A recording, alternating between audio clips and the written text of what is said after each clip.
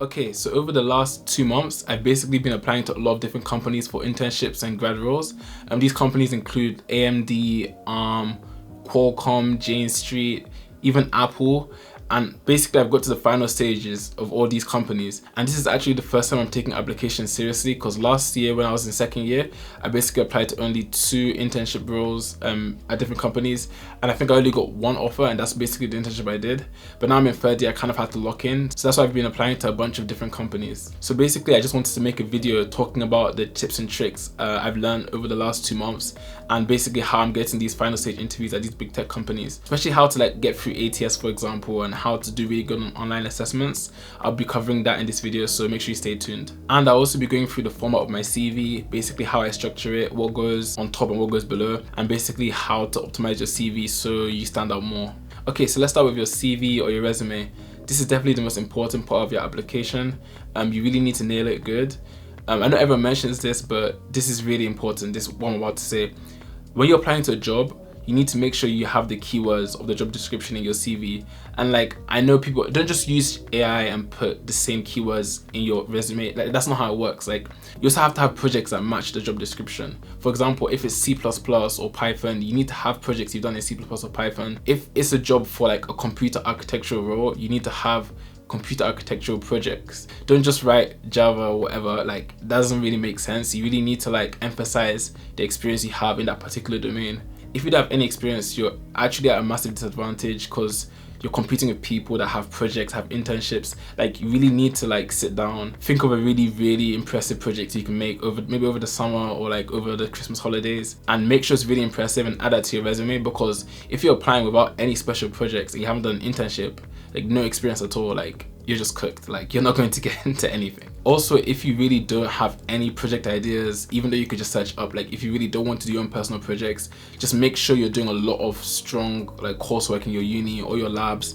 Make sure you really like talk about it on the CV, make sure it's impressive and related to the job description, and just add all your labs or your coursework at uni. And the reason I'm really emphasizing this experience stuff is because even if you have really good projects or labs, like even when you get to the final stages, you're just going to get crushed by the technical interview. Like, you really need to have the experience and actually know what you're doing to pass the final stage. And this is from my experience, so I'm just really trying to emphasize experience matters a lot. Okay, so moving on to the CV template. The CV template doesn't really matter too much. Just make sure it's definitely 1 page and really clean. The average time recruiters spend looking at a CV is probably around 6 to 10 seconds. So there's really no point of just filling your resume with a bunch of random stuff you don't really need. Make sure it's really specific. The ATS system also filters out like 75% of applicants with AI. So don't really spend too much of your time trying to optimize your resume, because that's not really the main point. The AI is just going to filter you if you don't have the right keywords for the job description. Okay, so briefly running down my CV, I have education at the top, experience in the middle, and then projects at the bottom. The profile section I have on top isn't too necessary. I only did it when I was really trying to target a particular job role, so you don't really need to worry about that. If you don't have any experience related to the role, then move experience to the bottom and bring up projects to the middle, so they see it before they see experience. Yeah, and just keep in mind, some companies have target unis, so if you apply and you get auto rejected a lot of the time, just know like your uni is not the target uni. So don't get too upset about that. And for the technical skills section at the bottom of the CV, just add all the skills you know. Just make sure they're relevant to the job description you're targeting. But overall, just make sure your CV really stands out. Like, in all the final stages, the 2 most asked stuff about on my CV is my Risk5 AI Accelerator project, which is quite a difficult project and quite complex.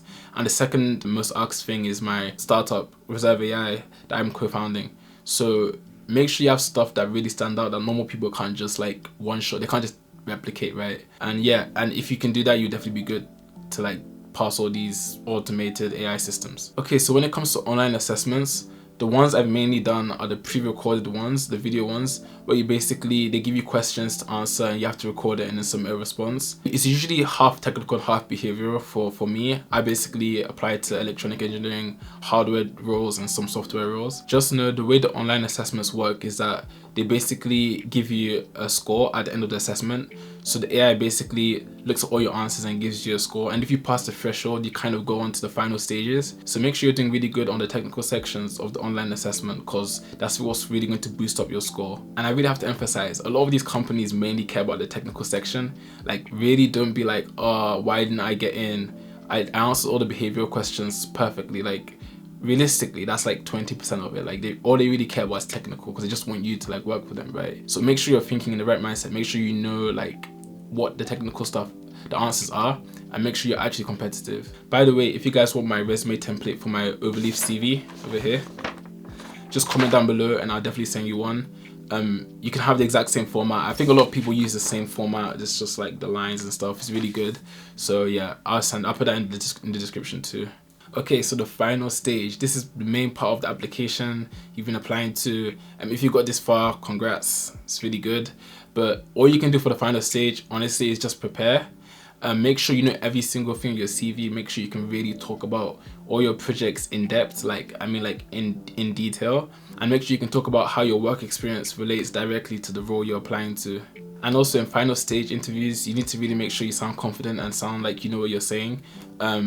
You can practice talking about your projects and your work experience beforehand.